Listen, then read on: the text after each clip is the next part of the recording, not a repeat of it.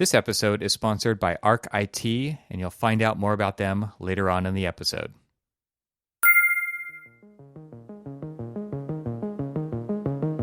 Hi there, I'm Evan Troxel. Welcome to my podcast about how technology is changing the architectural profession.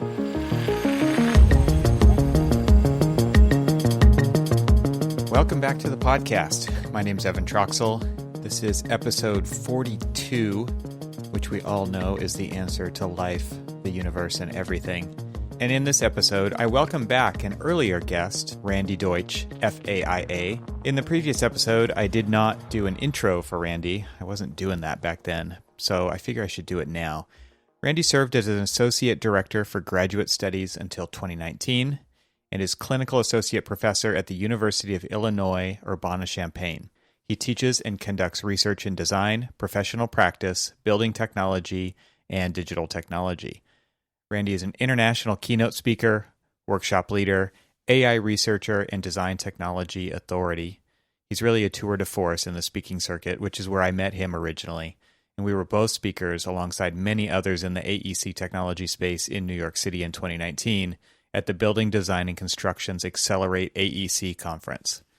In addition to his teaching and speaking roles, Randy is the author of 6 books. Some notable ones that I own are Convergence, the Redesign of Design, which was published in 2017, about the nature of the ongoing convergence of technology and the work processes in the profession and industry. Super Users, Design Technology Specialists and the Future of Practice, which was published in 2019.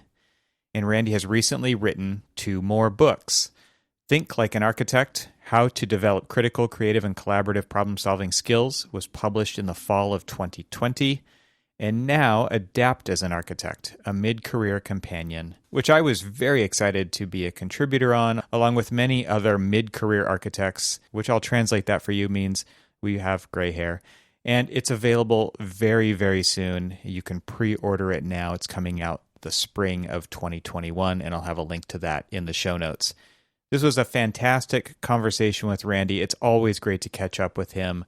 So many things that were covered during this, and obviously kind of wrapped up around the main topic of his new book.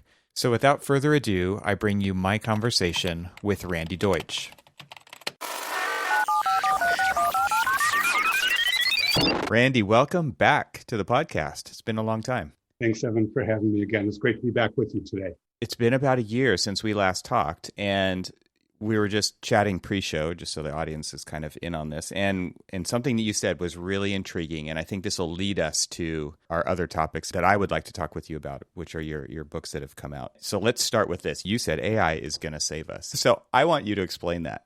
What do you mean when you say AI is going to save us? Because I think when we talk about AI on this show and we talk about different architects who say they're using it versus who actually are using it, it's a very big discrepancy there, right? A lot of it's marketing and buzzwords and things like that, but then there's actually practical uses of machine learning and AI. So what are you seeing there that's getting you excited about that? What I am seeing, and I have a very privileged and, not entitled necessarily, but a very privileged view as a full-time academic and somebody who goes around doing keynotes.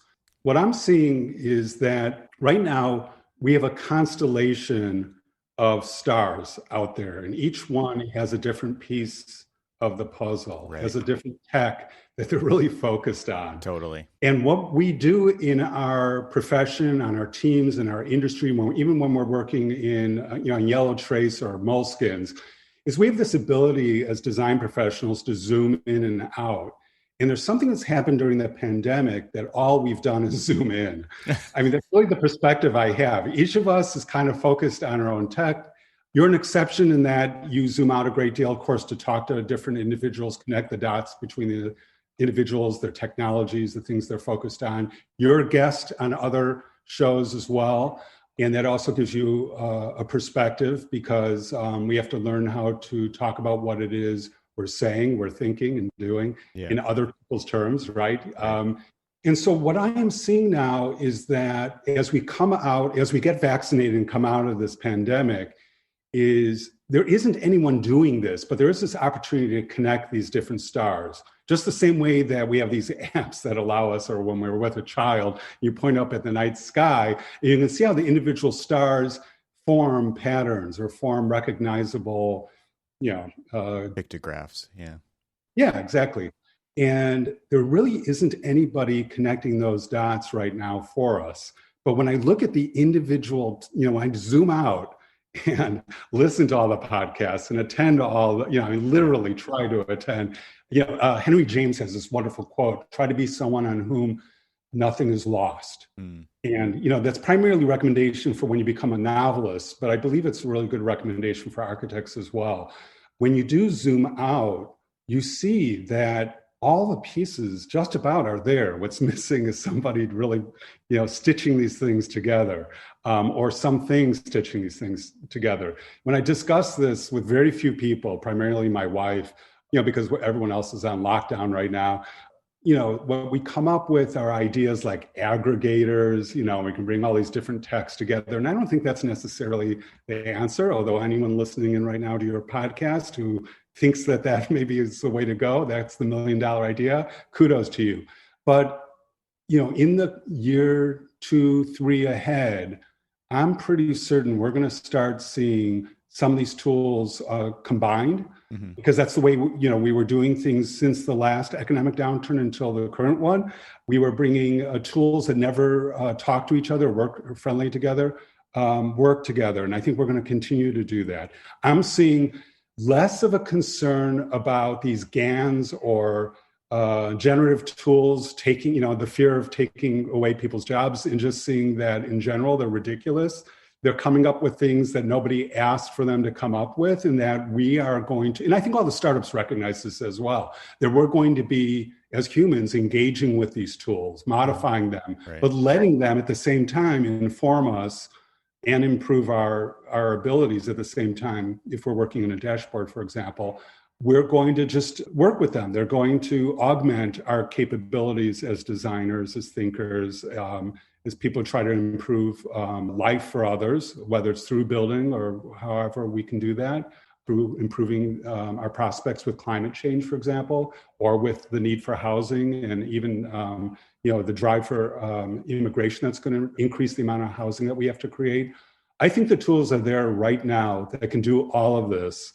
If there's a problem, it's just the fact that we have a bunch of stars, and that's it. Yeah, it's interesting because I think about this open source mentality. Not to say that all the software that we're talking about or the startups are open source in nature, but they think that way as far as how they communicate and how they tell their story and how open they are to having those conversations on social media out in the open.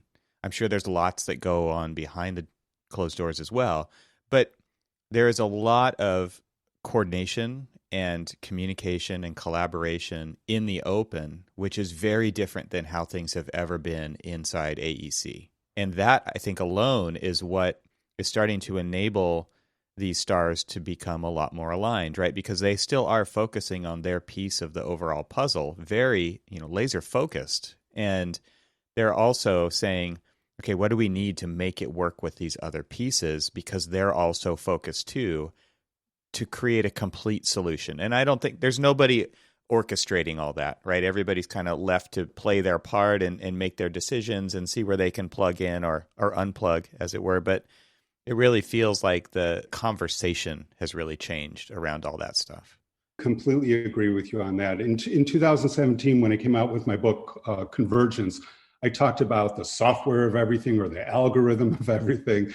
And it was this idea of an overriding body that would combine all these things together and make them work. And that, all those everything ideas, same thing with the theory of everything for the universe. Mm-hmm. All these things are kind of a waste of time or a bad idea overall. I think we can work with the individual parts, but what we need to do is look for ways to combine things. And you're absolutely spot on when you say something has happened, even in just the last year, while we've been going through the pandemic, that things have become more open and more open-minded. Maybe it's the fact that we're using these collaboration tools, like you and I right now as we're speaking, right, and more sophisticated ones, of course, as we bring in others. And we can see we can collaborate. Now, at the same time, anecdotally, recently I gave a keynote for Perkins and Will, and just outside my door, some contractors were jackhammering the concrete in my building. And that doesn't play really well when you're, remotely trying to deliver a keynote to 2,500 people. Nobody coordinated that schedule. Yeah. I went out there, asked them nicely, if they can call their boss and ask, their manager, could they stop for an hour, have lunch early, something like that. And yeah, they got the go ahead, but then they kept doing, jackhammering. So I went out there, gave each of them $50 and said, now would you stop? I said, oh, we're going to stop. That's, fine. They kept working, kept making noise.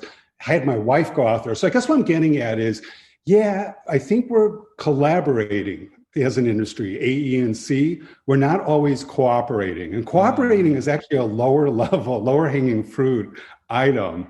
But the bottom line is we need to talk each other's language. And, whether it was my wife sweet talking them, whether it was ultimately the $50 each that did it, I'm not sure. But yeah, on the minute that the keynote started, they stopped and they went for lunch. So it worked.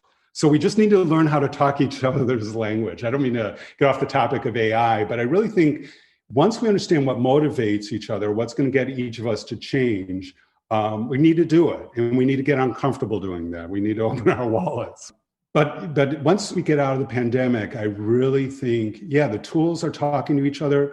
I haven't done a Google search in terms of the analytics that show for the phrase or the word interoperability. Mm-hmm. I have a feeling nobody's talking about interoperability anymore because our tools are talking to each other. Finally, yeah.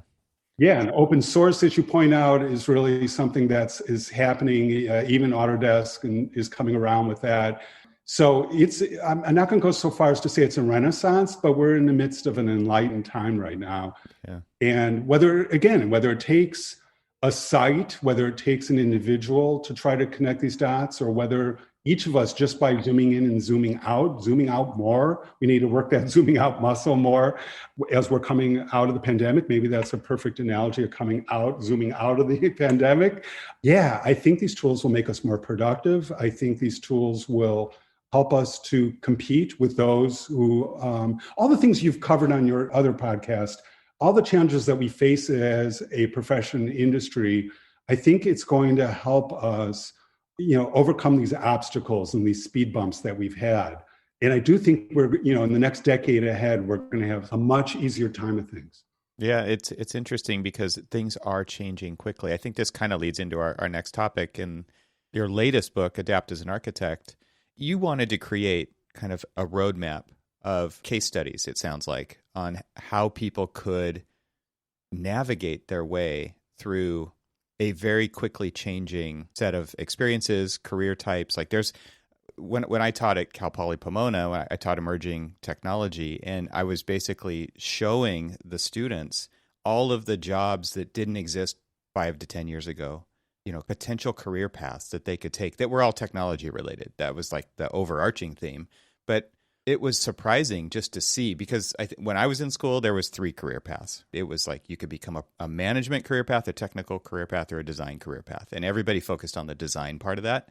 And so a lot of people got disappointed when they actually ended up, because that's the smallest percentage of people in the firms, it seems like. So now it's such a wide band of potential within the profession. And what we're talking about here with all these different stars, all these things that are kind of they're probably even considered AEC adjacent. They're very technology oriented.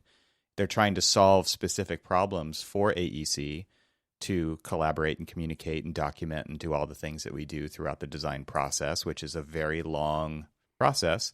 This book is about navigating as a mid-career architect or designer or AE professional within that broad landscape. So maybe you could lay the groundwork of the main premise. If I did a bad job there, how can you explain the main premise of Adapt as an Architect? No, you did a fantastic job, and Evan, it was a thrill to actually have you contribute. Yeah, so I actually had a lot of discussion with the marketing team, with my editor, about a word that was it's the subtitle, in the subtitle of the book. And what that word is companion. Mm-hmm. Even my wife, who's in marketing and market research, said companion's kind of a weak word for an architecture book. But having, been in this field for over 35 years myself, practicing for 30 of those years, I saw the mid-career, and that's defined in the book as 10 years into your career, so you're past being an emerging professional, up to 25, although there's many examples of architects featured in the book who are well past the 25-year mark, who still consider themselves mid-career architects. Welcome to architecture. Exactly. And my feeling was when I went through it, even though I was mentoring others, it was a very lonely time. It was a little bit about sink and swim. Even our professional organizations that are here to support us, I found that and this is something, I talked about in the very first talk I gave professionally, and I've done over 200 since then, in 2010, about mid-career professionals, how they're abandoned or they're not really focused on in our field. And so I essentially see this book as an opportunity to come back to that topic and provide a book that can serve as a companion. So what my editors and the marketing team really want to do, like you alluded to with a roadmap, is they want to get rid of the word companion, and they want to substitute it with compass. But as you're pointing out, there are so many different possibilities of what you can do with an architecture degree or what you can do in your career. The implication of a compass or roadmap is that somebody's got the answer for you, right? And no one really does. Each one of us is, of course, is an individual, but unlike any other time in history, there are so many different paths we could go on. And what is missing for me is it's not necessarily Siri for architects, but it is a little bit like a GPS in the sense that you can talk saying, I've come up to this fork in this road. There's this opportunity my boss has given me. It would shake up my family life or maybe, displace us, and we would have to pick up and move for 2 years. But there is this promise or hint of a promotion, something like that. Is this something I should or shouldn't do? Yeah, if you're lucky enough to have a mentor, maybe, you can get answers that way. But more than likely, given the mid-career architects I talk to, most of them don't have mentors themselves. They are serving as mentors for others. And so I wanted this book to be something, a touchstone that you can reach out to at different times throughout your mid-career. I mean, 10 years to 25 years is 15 years. It's a long period of time. And there's a lot of things that can pop up, like pandemics and economic downturns, but also things like, maybe you thought you weren't going to have a family and now you are. What are the implications? Something you addressed in your ARE hacks book wonderfully. And so all of these things I wanted to address, everything from the subject of gender and the implications of mid-career to economic downturns and what they mean, all the great recessions that we're going to face every 10 or 12 years out. So that's really it. More than a roadmap, it's really more than a specific chart. It's looking at, I reached out at a time when we were social distancing in the pandemic, when we really didn't have an opportunity to socialize. So unlike my Think Like an Architect book, which is a book research, unlike any book that I've written 6 now or published 6 now, it's the first time that I just based Think Like an Architect in 400 different academic sources for content and didn't talk to a human being. I went back to form and used or leveraged practice-based research. So not ethnographic like I normally do, but just talking to 50 different individuals and pieced it all together, stitched it all together into a tapestry. And I'm hoping this book could serve almost what was called during World War II as a commonplace book, where soldiers, when they found themselves in troughs or kind of, found themselves out in the field alone, that they can turn to these books for support, for sustenance. Yeah. That's really what I want this book to be. That's awesome. It's interesting that you're looking for case studies or experience from architects who are kind of, like you mentioned, the forgotten. And they're doing a lot of thinking. They're doing a lot of doing. They're the ones making sure that those projects are delivered. They're the ones who are making sure that all of those dots within the project are connected. And there's so much experience being gained there. And I've often felt that way myself, where it's like, if you're not creating your own opportunities, you're kind of just stuck in this current, and there's not an easy way out of it, and it's strong. A quote that came up, and I just talked with my other co-host on my other podcast about this, that came up during a podcast I was listening to that Alex Honnold, the famous free soloist rock climber, just started, called Climbing Gold. And he said, if you demand other people have the same experience than you, then you're on the wrong side of history. And I thought that was such an interesting, because they're talking about kind of innovation within the climbing world, but it totally applies to what we're talking about within architecture as well. I feel like a lot of those mid-career architects are in that situation because the older generations just demand that they have the same experience that they did. And I think what we're seeing now is a lot of pressure from the outside, from technology, kind of bubbling up and putting pressure on this demanding current that we see with kind of the way things have always been, in podcasting air quotes, that's making it possible for people to change direction and do something different. Like I recently did, to get out of quote unquote architecture proper and become somebody who I feel like I want to make a bigger change to the whole profession. I want to help that be possible. It just seems like there's this new additional pressure that didn't exist before with all these companies. And it kind of going back to our first conversation around AI and, just these different puzzle pieces and the people who are really pushing for betterment, better ways of working, better ways of doing things, not accepting the status quo. Do you address kind of those pressures that we're seeing in this book from the outside of the normal career path of an architect as it used to be defined? Oh, absolutely.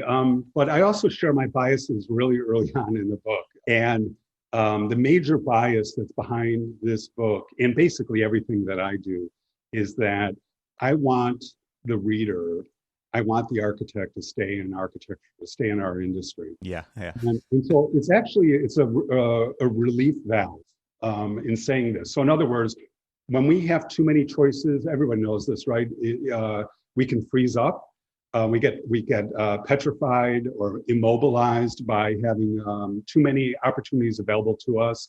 Even when I hear myself say you can leverage an architecture as a professor, you can leverage an architectural background or education in any number of fields, right? That's a paralysis for a lot of people to hear that. It really can be, exactly. Yeah. And I'm not doing this necessarily just for the reader. I'm sharing this bias because we need you. Yeah. We need everyone to apply their design thinking, to apply their education to our field, to improve it, but also to do the things that we are trained or educated to do, which is improve the prospects for others. So that's not to say I don't want people to have secondary careers. I gave a TEDx talk several years ago, and I even have an appendix in the book, Adept as an Architect, where I talk about this idea without actually spelling out the successive sigmoid curves of jumping off at inflection points. But the importance of, let me take a step back for a second. The first half of the book is about how to become relevant in our field, and then how to remain relevant. Again, based on the feedback from and the advice and insights from the 50 architects, such as yourself, that I reached out to. But the second half of the book is about reinvention. Mm-hmm. It is about pivoting. It is about having passive income. It is about, open a furniture company, do your startup. That's great. Maybe have, architecturally cleverly named ice cream treats out of your ice cream truck, but don't abandon architecture to do that. So there are many ways, as I point out, to reinvent. But I think by spelling that out, by creating this gestalt that doesn't include everything in the whole world, it actually makes it seem almost manageable. So I think there's a strong encouragement in the book to branch out beyond what you're currently doing. We all need to reinvent ourselves, as you just did currently. But also, as you're speaking to me right now, right? You're having a podcast. There's nothing in architecture school that would lead you to think that you need to do something like this on the side. But it's incredibly important to bring these individuals in and connect the dots for others. So it is my hope that once people read the first half of the book and they understand not only why they're relevant, even currently doing nothing more than they currently are doing, but these are the things you need to do to remain relevant. And part of what that is about is reinventing ourselves. It's a little ironic in a way that you actually need to constantly reinvent yourself in our field, just not so much so that you need to leave the field. Yeah, that's really uncomfortable for a lot of people. It's really uncomfortable to, you think like, well, I just got it figured out. What do I have? I have to change now? I have to, and we see a lot of people who have been in the profession for a very long time, extremely unmalleable in that way. And so it seems like there is a lot of expectation built up by the, let's just call it, the profession, the people who have been in the profession for a long time, this kind of lineage that we have, this pedigree that's bred into everybody, that it works like this. And now we're seeing all of this other opportunity happening. And what you're saying is, yeah, do a little bit of it on the side, like scratch those itches, do those things, take that experience and inject it back into the profession. And I would also say that there's a lot of opportunity to run your own startup within a firm that already exists inside of the profession, right? That's what I was doing before this, which was we basically started the digital practice at the firm that didn't exist before. It was more of just like we use technology, but now this was a very kind of intentional strategy and intentional use and intentional look at where we're going and where we're headed in the future and how we're going to get there. It seems like there's a lot of opportunity like that. I know there's a lot of people working in firms who are doing exactly that. And I wonder, if you could share a couple of examples from the book of where people are scratching their itch outside of or within this kind of startup idea that I was just talking about, and bringing that and helping it push these firms that have been around for 70, 80, 90, 100 years into the future. Sure. But first, I'd like to just take a step back and say that one of the things that has hurt us as design professionals is this two words. One is becoming a specialist, and the other one is expertise, or being an expert. I think it's important that we all bring to collaborative teams or multidisciplinary teams.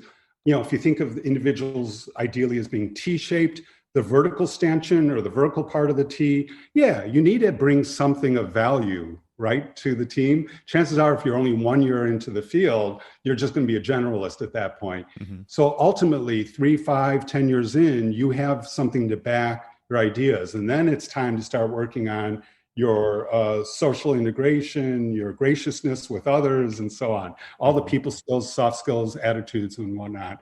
This idea of the expertise, if you just think about it, the pandemic brought a lot of things out. It didn't change anything so much as just bring to our attention gaps and weaknesses that we had. And one of them is, if you were an expert in office design, good luck to you, right? With the right. Offices, unless you're going to be doing adaptive reuse of offices into housing or something else, you can leverage it to create more socially distanced office space. That's something you can do. But similarly, examples in the book that I use, again, just sticking with this idea of expertise, is I use the example of at the beginning of the pandemic, if somebody was working in healthcare or hospital design, and they were perceived as being an expert in that area, if they were approached either by the media or by a client as saying, we've got this large community center, we've got this convention center, mm-hmm. Can you think of a way of reworking it so that it can adapt to a healthcare facility for COVID and for testing and whatnot? And the thing is there's a lot of individuals who weren't malleable, who were kind of fixed as saying, I could turn this into a hospital if that's what you're asking, but I don't do adaptive reuse. So, mm-hmm. I would have to, bring somebody else in who works in adaptive reuse. That's actually not a bad thing, right? If you can leverage your network and find a way to actually work with that client, that's a much better circumstance to be in. And it's a better way of thinking than just, you're being a hammer and seeing every opportunity as a nail. Right. So that said, this book is not really spelled out as a collection of these are the things you can do moving forward to reinvent yourself. A lot of them have to do with just reinventing yourself by rising within your organization and taking on a leadership role that maybe you never saw yourself doing. Mm-hmm. There's a lot of Gen X's, mm-hmm. Followed in the footsteps of baby boomers who never saw themselves as leaders, but suddenly are getting passed over where these leadership opportunities, there's an amazing amount of leadership opportunities that are coming out of the pandemic where managing partners or managing principals of firms are stepping down and they're handing them to millennials. Yeah, the forgotten generation is Gen X for sure in that. Exactly. Yep. And so there are examples within the book, Adapt as an Architect, where Gen Xers have stepped up and, taken a deep, breath and said, I'm going to take this on. This wasn't necessarily in my DNA. Right. The demographics didn't necessarily prepare me for this moment. But it's not just that you're next in line or next in succession to take on this role. You see it as an opportunity. Something I talk about in the book is I see this as completely as a positive thing. Somebody can see this as being very limiting, but a lot of millennials, even Gen Zs, see they're afraid of making a decision of what to do because they feel like in making a decision they're going to be closing doors. Opportunities that are available to them. It's the opposite of what we were talking about a moment ago with that paralysis of choice. Right. And in their case, they don't want to make a decision.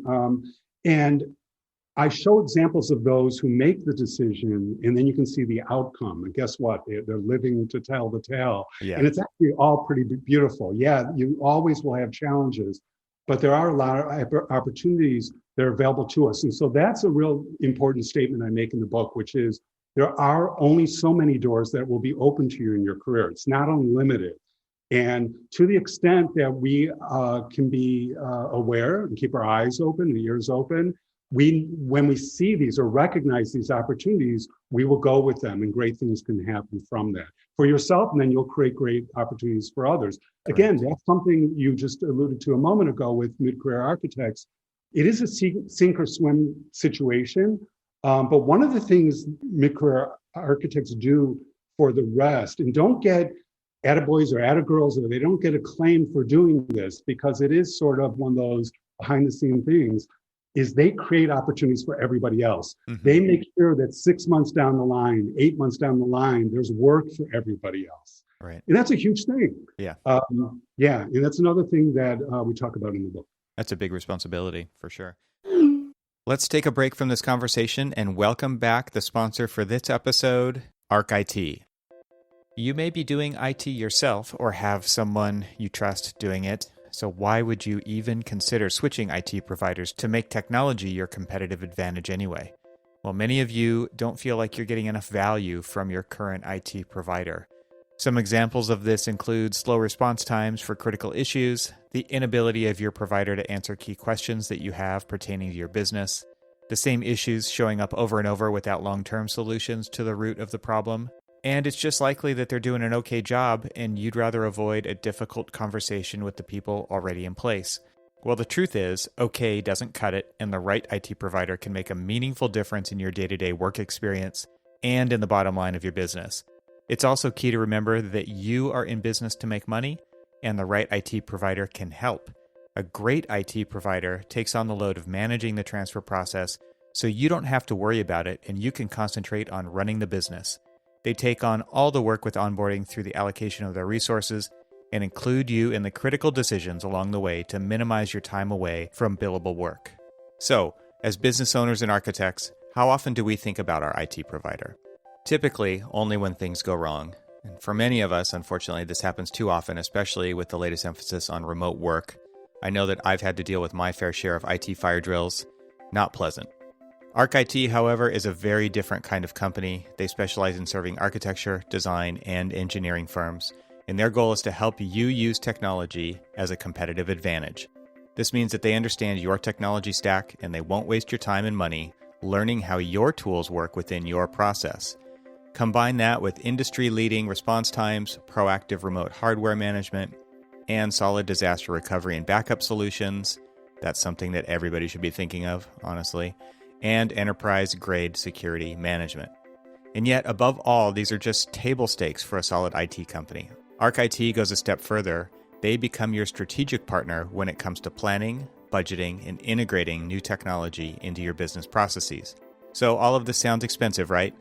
Nope. Because Arc IT is highly specialized for our industry, their pricing is on par or in some cases even lower than other IT providers. Arc IT is transparent and even publishes the pricing right on their website. Speaking of their website, there's also something else you should check out when you're there, and that is their Design Under Influence blog and video series. Again, adding value to IT type solutions across industry, all good stuff. So your business deserves a competent, responsive, and proactive IT partner. Reach out to my friends at Arc IT for a free consultation.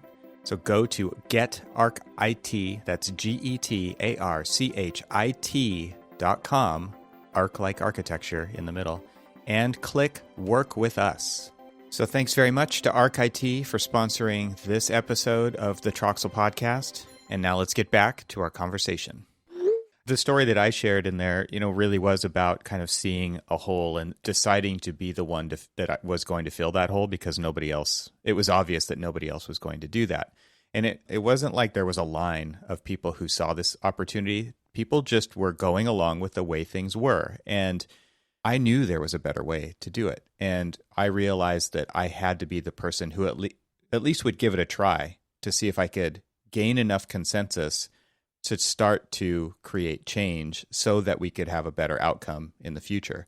And it did create opportunities for a lot more people to join that once there was a little bit of momentum behind it, once there was buy-in from leadership behind it. I do feel like that often comes back to the Gen X generation, which is creating that space. Like, you're speaking the language, you are the bridge between the boomer and the millennial generation. And you are interpreting for each other.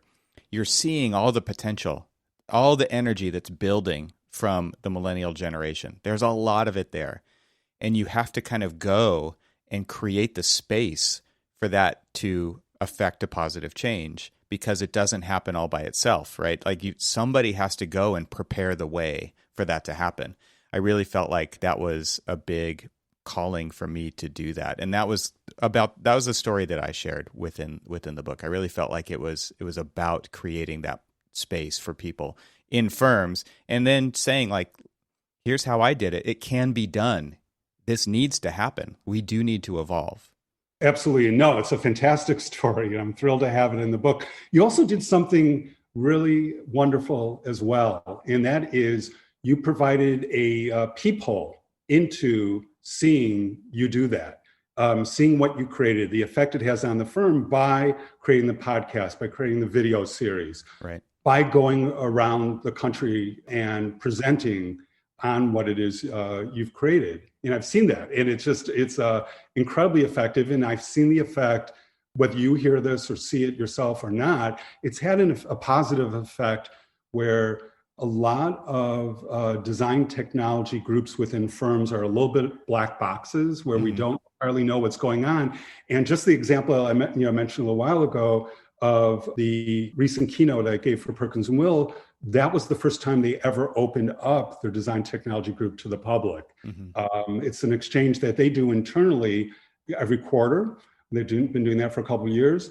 And this opening up is something that's going to be incredibly important, because it's like open source, it's sharing knowledge. It's only going to make all of us, all our boats rise and all of us better. So yes, again, fantastic story and adapt as an architect that you tell, but also the important thing to note is what you're doing right now, opening things up and sharing with others. Very important. I think it's also important. I mean, I couldn't have done it alone, and I'm not trying to say that I did. There was incredibly positive reinforcement from the senior leadership of the company to enable that to happen. And so I think part of my goal in telling that story was to inspire senior leadership to look for people who are in their companies who are asking for this kind of responsibility, or at least showing an interest in it, to enable them to do it. One of the things I did early on, and I totally stole this from Nate Miller at Proving Ground, which was a senior leadership computational design course. And the reason I bring it up now is because, no, I wasn't going to teach them how to run Grasshopper, but I wanted to inspire them with what can be done with it so that they could see the opportunities that they could give younger staff who are begging to use it on projects, because they understand what it can do as far as environmental analysis and form making and all these different, there's lots of different ways you could use the tool. But if the senior leadership doesn't understand what's possible and how that can inspire a staff who does architecture for a living, then they're never going to let it happen, because it's not the shortcut they're looking for to making more money, right? Which is what architecture we sell time for money. And so we're constantly incentivized to look for those shortcuts that can help us do that in a more efficient way.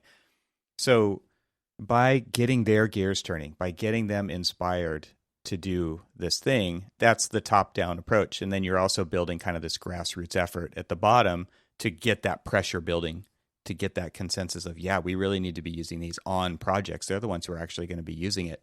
Now all we need is the okay. We need the okay. We need the yes, the enabler at the top. And I felt like by telling this story, I don't know how much visibility senior leadership has into, especially during the pandemic, of what people are good at doing or what they want to do or what their trajectory is. How often are they checking in one-to-one to see where people want to go, to see where they think the opportunities are within their firm?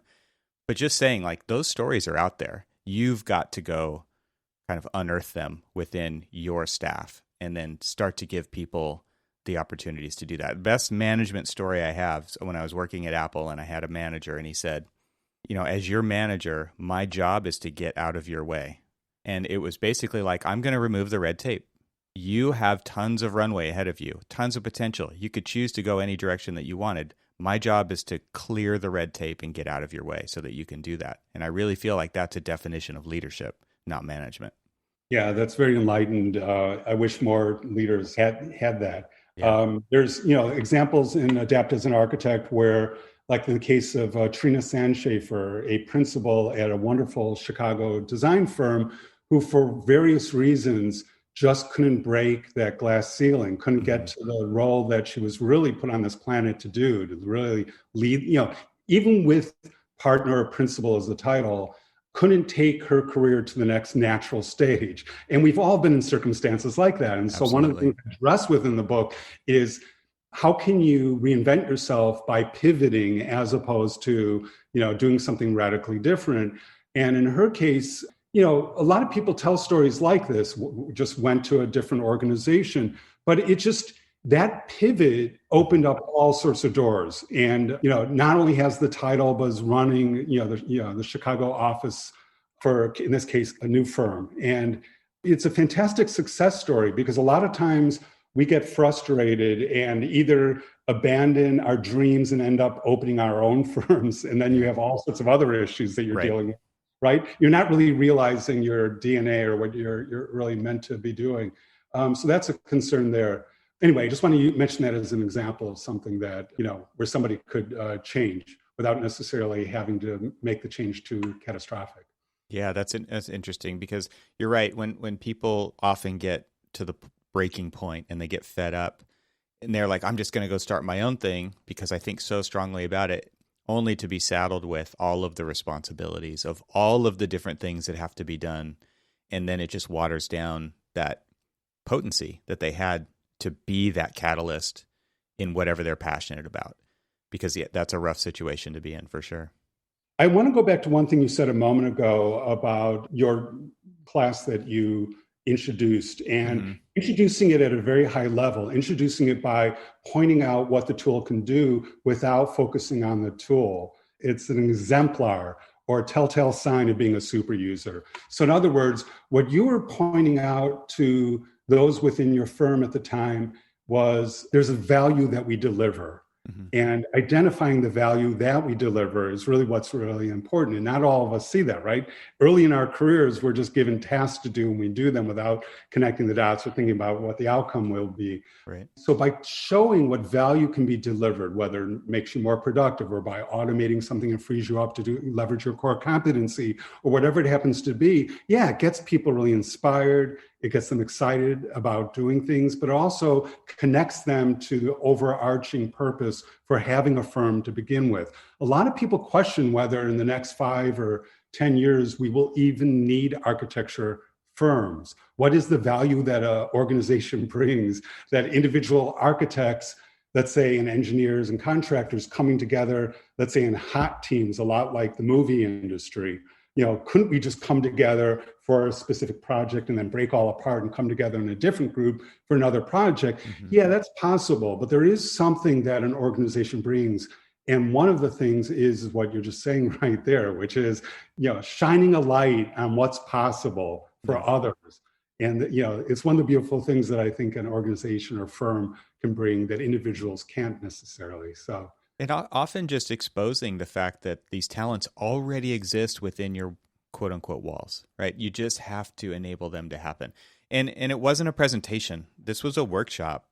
And I think it's important to just say this, is that I wasn't going to just put up a PowerPoint and say, data, data, data, look, look, look, here's the people. It was like, no, we installed the software on every one of their laptops. We made it a working session, taught them about inputs and outputs, and this link to that makes this happen. It's cause and effect, right? And it was very simple, though. It was just like, let's build a 5-node grasshopper graph and make this box squish and stretch.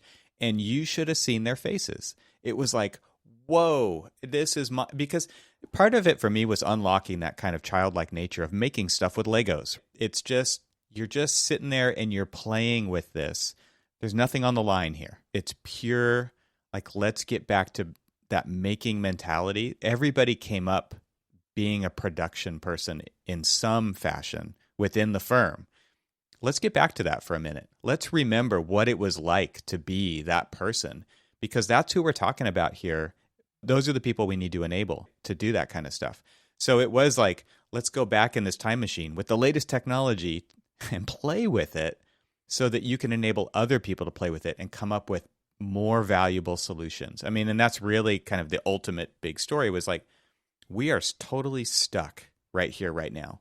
Our designs, they look the same. There's nothing that is progressing in our architecture. We're limited by the tool set. There's this whole other world out there, guys. Let's enable people that already sit here to do that and bring that value through this firm, through this giant conduit of experience. And, we've got this great reputation. Let's build on that and take it to the next level. And it worked. It was it just had a great outcome. And it wasn't like everybody was fully engaged the whole time. Yeah, they were still checking email here and there, and they were still looking at their phones here and there. But overall, I felt like it was a giant success into creating the space in our organization to enable that to happen. So I hope it inspires other people to do something similar, because those opportunities are out there and they're ripe, and you don't have to go anywhere else to find those opportunities. They are usually right where you're at. Yeah, and that's one of the beautiful things that a mid-career architect can bring. Not necessarily will bring, but can bring. Has the perspective, has the wherewithal, has the the wounds, war wounds, having gone through several years in the career. I'll never forget when I was a grad student and an administrator. Well, I heard the sound of somebody falling downstairs, and it turned out they were jumping like 8 or 9 steps at a time, going down an exterior stairwell, and all of a sudden, boom, landed right in front of me in a 3-piece suit and tie with glasses on and everything, sweating. And I just stared at this person, and they explained they're going through a divorce.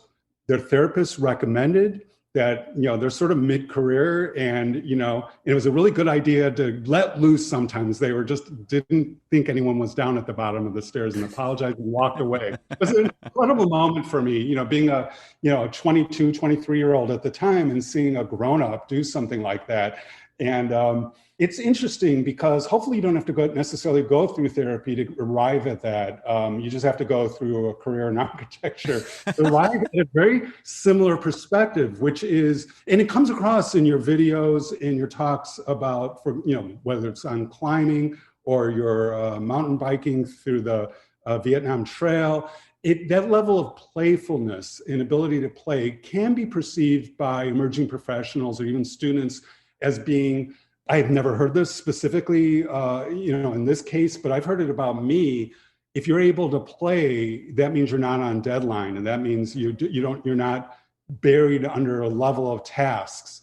And so, it must be in an entitled way of approaching a career. And I actually don't think that's true. I think all of us need to be able to kind of dig our way out of the tasks or to-do lists, and from time to time be able to take a deep breath and be able to play with what we have. It's the way that we move beyond our specialization and our expertise, because then you can realize these are just tools that we can leverage along with all the other tools that we can apply to any situation.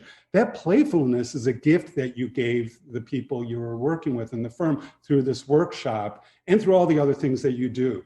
And that playfulness is one of the things a mid-career architect can share with others to inspire them and see what they do in a new light and get them excited for the next 5 or 10 years out as well. I think it's a really important thing to recognize. And a lot of what I share in the book, Adapt as an Architect, are these stories having to do with play and with being able to at least play or mess with what it is so you can leverage it in a new way and open up opportunities for the firm you're in or opportunities for those you are mentoring or who are coming up within the firm.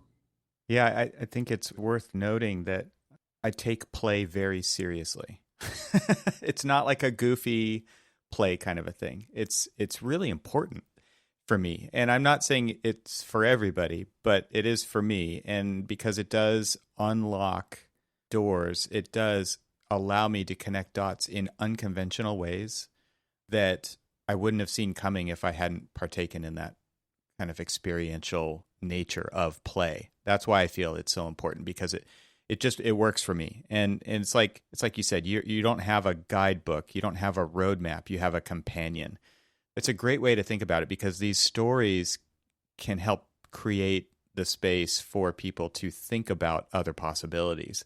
Not that it's the way that they're going to do these things, not that it is the way to approach them. It's so different for everybody, but it does it breaks down those barriers so that people start to think outside of the boundaries that they're typically thinking. And I think it's so important to bring additional experience into that conversation.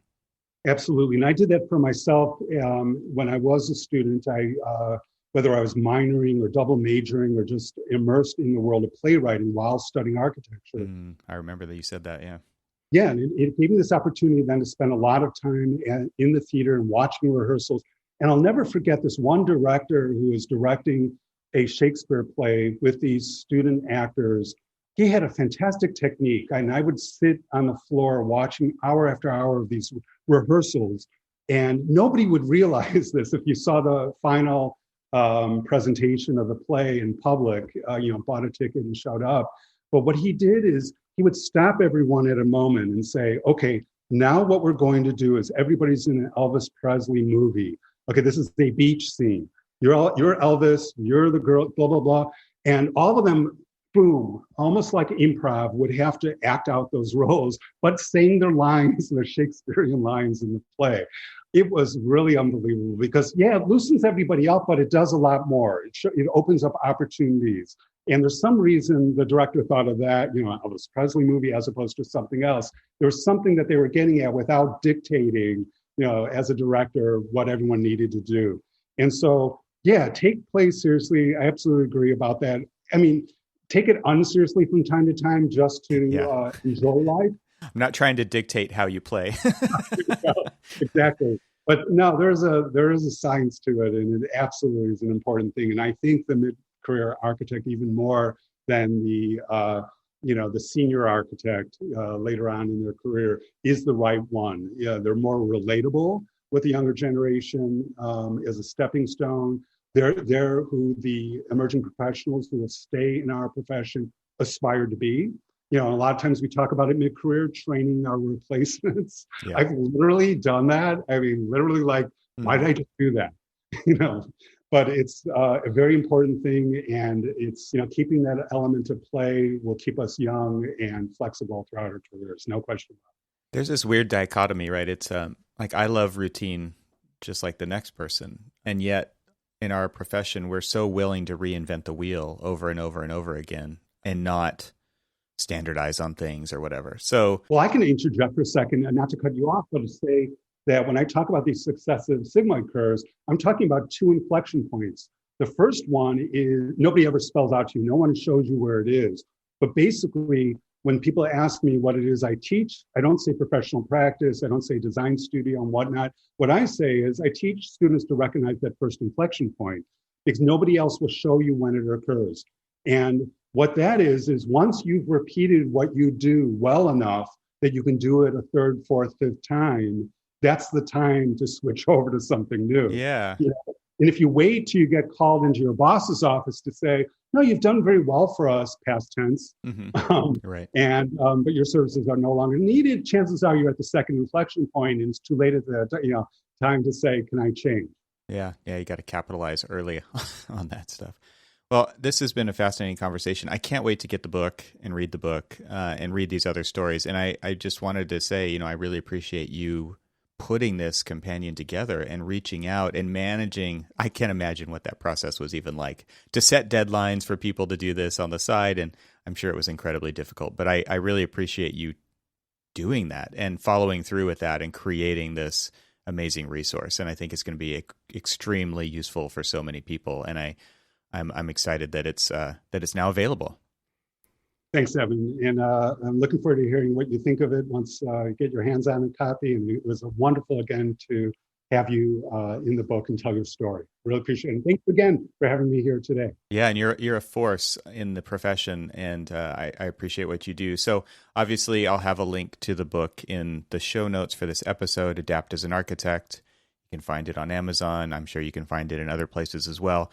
Randy, where can people find out more about you and follow along your journey and what you're doing with all the speaking and the engagements? Yeah, probably the easiest place is just type my name in .com. So randydeutsch.com, my website. Click on speaking or whatever, and it's all there. Fantastic. Yeah, and we'll have links to all that in the show notes as well. So thanks for spending the time to have this conversation today, Randy. I can't wait to read the book, and I'll talk to you soon. Fantastic. Thanks, Evan.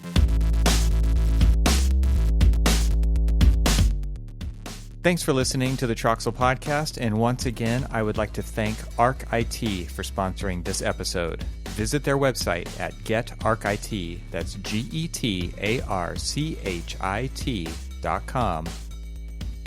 This show is part of the Gable Media Podcast Network. You can see all the shows at gablemedia.com. That's GABLMEDIA.com. You can help support what I'm doing here by leaving a 5-star review on Apple Podcasts to help get the word out, and of course, share it with your friends. I'd love to hear from you, so leave a comment on the website at trxl.co/podcast, where you can find every episode. You can also follow me on Twitter and Instagram and YouTube. Just search for E. Troxel. Talk to you soon.